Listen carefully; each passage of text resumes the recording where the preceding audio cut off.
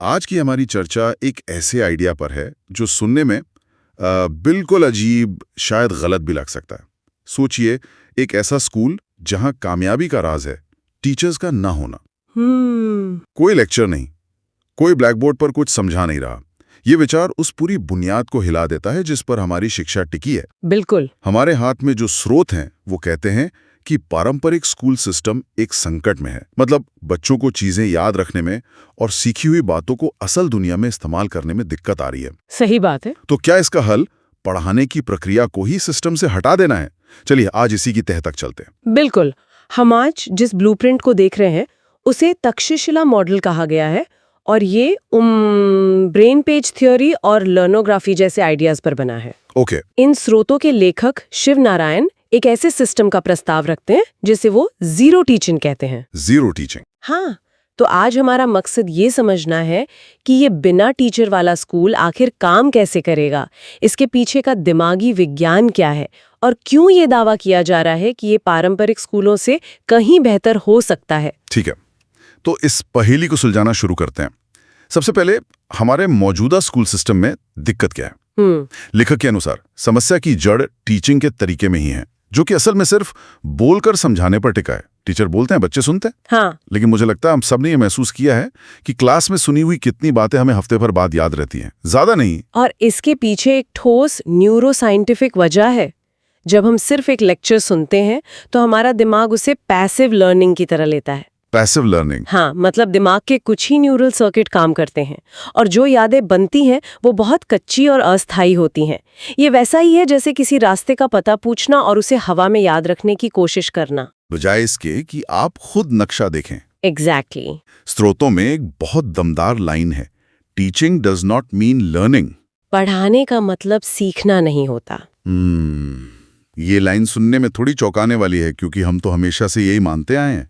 लेकिन अगर हम सोचें तो शायद ये सच है। सही। मुझे अपने कॉलेज के कितने ही लेक्चर्स याद हैं जो मैंने सुने, लेकिन आज वो धुंधले हैं। पर जिस चीज पर मैंने खुद काम किया, कोई प्रोजेक्ट बनाया या किसी मशीन को खुद खोला और जोड़ा, वो आज भी याद है। तो ये मॉडल कहता है कि लेक्चर पर निर्भरता बच्चों को एक तरह से अकादमिक तौर पर अपाहिज बना देती है। यही इसका खर्चा तर्क है। बच्चे टीचर पर निर्भर हो जाते हैं, वो जवाबों के लिए टीचर की तरफ देखते हैं, खुद खोजने की कोशिश नहीं करते। क्लास का माहौल रचनात्मकता के बजाय नकल करने वाला बन जाता है। ओके। और इसका असर सिर्फ पढ़ाई पर नहीं पड़ता। जब 50 बच्चे एक कमरे में चुपचाप बैठकर किसी एक इंसान को सुनने के लिए मजबूर होते हैं तो दिमाग भटकता है, तनाव बढ़ता है और यहीं से अनुशासनहीनता और बुलिंग जैसी समस्याएं भी पैदा होती हैं। मतलब समस्या ये है कि स्कूल टीचिंग सेंट्रिक है, लर्निंग सेंट्रिक नहीं। बिल्कुल। ये तो बहुत बड़ी बात है। अगर हम मान लें कि टीचिंग ही समस्या की जड़ है तो इसे हटाने के बाद बचता क्या है? क्या बच्चों को बस एक कमरे में किताबों के साथ छोड़ दिया जाता है? यहीं पर शायद लर्नोग्राफी का आइडिया आता है। ये क्या है?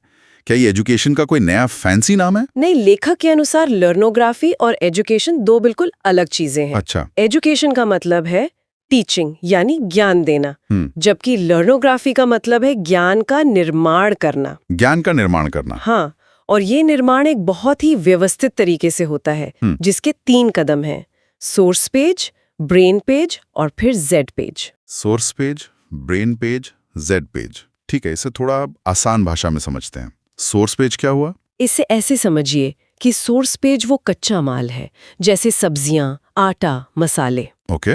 ये ज्ञान का मूल स्रोत है। किताब का एक चैप्टर, एक नक्शा, कोई गणित की समस्या या एक साइंटिफिक डायग्राम, ये वो चीज है जिससे ज्ञान बनेगा। मतलब शुद्ध जानकारी। हाँ, कोई मिलावट नहीं, कोई व्याख्या नहीं है, सिर्फ शुद्ध जानकारी है। ठीक है, तो सोर्स पेज हुआ कच्चा माल, तो फिर ब्रेन पेज क्या है? ये इस पूरी प्रक्रिया का सबसे जरूरी हिस्सा लगता है। बिल्कुल, ब्रेन पेज ही इस पूरे मॉडल का दिल है। अगर सोर्स पेज कच्चा माल है तो ब्रेन पेज वो प्रक्रिया है जब आप उन सब्जियों को खुद काटकर, सोचकर, रेसिपी को समझकर अपने दिमाग में एक डिश तैयार करते हैं। लर्नर यानी सीखने वाला सोर्स पेज को पढ़ता है, देखता है और सबसे जरूरी मोटर एंगेजमेंट करता है। मोटर एंगेजमेंट मतलब हाथों से लिखता है, डायग्राम बनाता है, नोट्स तैयार करता है, इस प्रक्रिया से उसके दिमाग में उस जानकारी का एक मजबूत न्यूरल मैप बनता है। अच्छा, ये किसी और की बनी बनाई डिश खाने जैसा नहीं है, ये खुद शेफ बनने जैसा है। मतलब सीखना सिर्फ जानकारी को दिमाग में भरना नहीं है, बल्कि उस जानकारी से अपने दिमाग के अंदर एक ढांचा या एक मॉडल तैयार करना है। बिल्कुल ये सुनने और बनाने का फर्क है। ये तो सीखने की पूरी परिभाषा ही बदल देता है। सही कहा।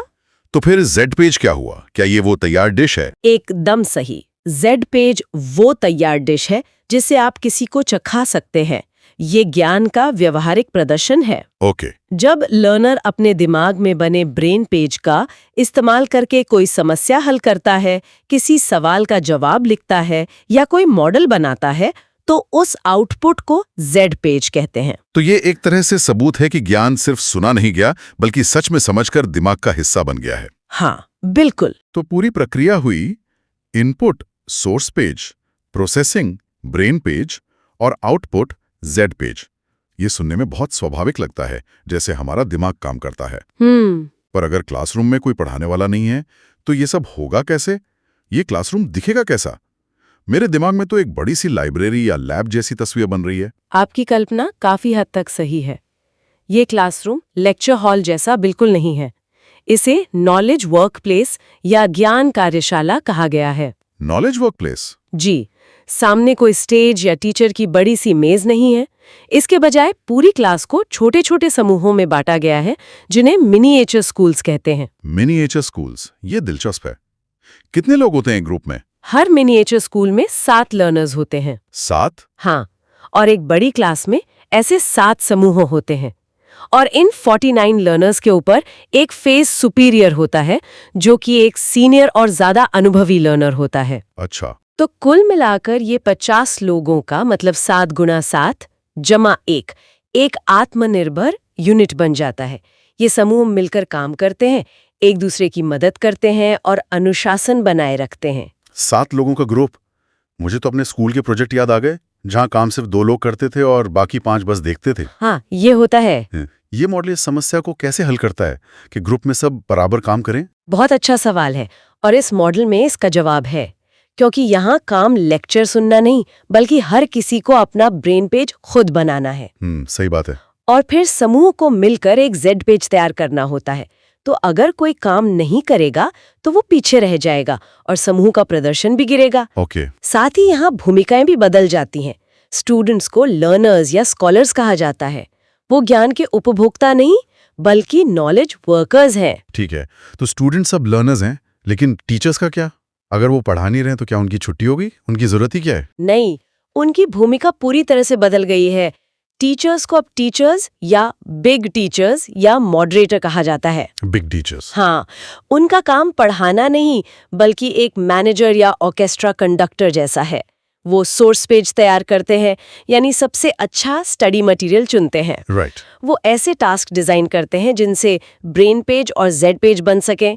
वो क्लासरूम के माहौल और प्रक्रिया पर नजर रखते हैं और अंत में जेड पेज का मूल्यांकन करते हैं। लेकिन वो कभी भी किसी भी हालत में खड़े होकर लेक्चर नहीं देते या बोलकर कुछ नहीं समझाते? कभी नहीं। ये तो बहुत बड़ा बदलाव है। लेकिन अगर किसी बच्चे को कोई चीज समझ नहीं आ रही तो वो किससे पूछेगा? यहीं पर तो टीचर की सबसे ज्यादा जरूरत पड़ती है। और यहीं पर इस मॉडल की सबसे अनोखी भूमिका सामने आती है स्मॉल टीचर्स की। Small teachers? हाँ, स्मॉल टीचर्स असल में क्लास के ही कुछ उन्नत और प्रशिक्षित लर्नर्स होते हैं। जब किसी लर्नर को कोई दिक्कत आती है तो वो अपने समूह के स्मॉल टीचर से मदद लेता है। लेकिन यहाँ भी एक शर्त है, स्मॉल टीचर भी बोलकर नहीं समझाएगा। अच्छा, तो फिर? वो समस्या को खुद हल करके दिखाएगा या उस डायग्राम को बना के दिखाएगा। ये प्रदर्शन पर आधारित मदद है, व्याख्या पर नहीं। वाह! इससे सीखने वाले को जवाब नहीं मिलता, बल्कि जवाब तक पहुंचने का तरीका दिखता है। मतलब मदद भी करके दिखाओ वाले सिद्धांत पर आधारित है, सुनकर समझो पर नहीं। बिल्कुल। तो चलिए अब इसके फायदों को एक-एक करके देखते हैं। पहला तो साफ है कि ब्रेन स्पेस के जरिए सीखना ज्यादा गहरा और टिकाऊ होता है। रटाना खत्म, समझना शुरू। बिल्कुल। दूसरा बड़ा फायदा है आत्मनिर्भरता। जब लर्नर्स को पता होता है कि कोई उन्हें चम्मच से खिलाने नहीं आएगा, तो वो सोर्स पेज को समझने की जिम्मेदारी खुद लेते हैं। उनकी दिमागी मांसपेशियां मजबूत होती हैं। हाँ, ये उन्हें जीवन भर सीखने के लिए तैयार करता है, जो आज की दुनिया में सबसे जरूरी स्किल है। और ये जो मिनिएचर स्कूल का आइडिया है, उससे क्लास का माहौल भी तो बदलता होगा। जो अनुशासन की समस्याएं होती हैं, उनका क्या? हाँ, ये एक बहुत महत्वपूर्ण फायदा है। जब क्लास लेक्चर आधारित नहीं होती, तो वो बहुत शांत और केंद्रित हो जाती है। हर कोई अपने काम में लगा है। शोर करने, ध्यान भटकाने या दूसरों पर हावी होने के मौके कम हो जाते हैं। मतलब समूह खुद अपने अनुशासन के लिए जिम्मेदार होता है। सही कहा। इसलिए बाहरी नियंत्रण की जरूरत कम पड़ती है। इससे तनाव और बुलिंग जैसी समस्याएं स्वाभाविक रूप से कम हो जाती हैं। ये सब सुनने में तो बहुत अच्छा लग रहा है, लेकिन अगर हम इसे बड़े पैमाने पर सोचें, तो इसका असर कहाँ तक जा सकता है? क्या इसके लिए हमें अपने स्कूल की इमारतें भी बदलनी पड़ेंगी? निश्चित रूप से इस मॉडल का असर बहुत दूर तक जा सकता है। सबसे पहले तो स्कूलों का आर्किटेक्चर बदलना होगा। ओके। हमें लेक्चर हॉल की नहीं, बल्कि सहयोगी वर्कस्पेस की जरूरत होगी, जहां छोटे-छोटे समूह आराम से काम कर सकें। दूसरा, हमारा करिकुलम यानी पाठ्यक्रम डिजाइन करने का तरीका बदलना होगा। अब सवाल ये नहीं होगा कि टीचर 1 घंटे में क्या पढ़ाएगा, बल्कि ये होगा कि लर्नर इस हफ्ते कौन सा ब्रेन पेज बनाएगा और क्या जेड पेज तैयार करेगा। और इसका एक असर शायद बराबरी पर भी पड़ सकता है। अक्सर ऐसा होता है कि एक अच्छा करिश्माई टीचर बच्चों को बहुत प्रेरित करता है, जबकि एक औसत टीचर उतना असर नहीं डाल पाता। क्या ये मॉडल उस अंतर को कम करता है? ये एक बहुत ही गहरा पॉइंट है। इस मॉडल के समर्थकों का दावा है कि ये टीचर की गुणवत्ता से होने वाले भेदभाव को काफी हद तक कम कर सकता है। कैसे? क्योंकि यहाँ ज्ञान का मुख्य स्रोत टीचर की व्याख्या नहीं, बल्कि सबके लिए एक समान सोर्स पेज है। सीखने की प्रक्रिया हर बच्चे के दिमाग के अंदर व्यक्तिगत रूप से होती है। अच्छा। इसलिए सीखना टीचर के बोलने के तरीके या उसके व्यक्तित्व पर कम निर्भर करता है। ये सिस्टम को ज्यादा न्यायसंगत बना सकता है। और आखिर में भविष्य की तैयारी। हम सब एआई और ऑटोमेशन की बात कर रहे हैं, जहां सिर्फ जानकारी याद रखना काफी नहीं होगा। ये मॉडल बच्चों को उस भविष्य के लिए कैसे तैयार करता है? ये शायद इसका सबसे बड़ा फायदा है।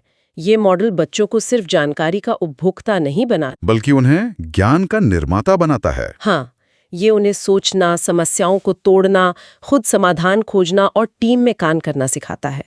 ये वही स्किल्स हैं जिनकी जरूरत एआई के दौर में इंसानों को सबसे ज्यादा होगी।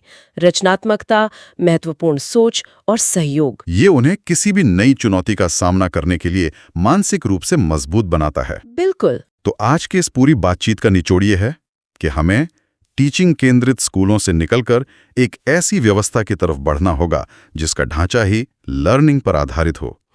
और ये बदलाव लर्नोग्राफी के जरिए आता है, जहां लेक्चर की जगह ज्ञान बनाने की एक ठोस प्रक्रिया ले लेती है, सोर्स पेज से ब्रेन पेज और ब्रेन पेज से जेड पेज तक। सही। ये एक ऐसे स्कूल की तस्वीर है जहां, जैसा कि स्रोत में लिखा है, कोई टीचर नहीं है, सिर्फ लर्नर्स हैं, किताबें हैं और ज्ञान का सीधा हस्तांतरण है।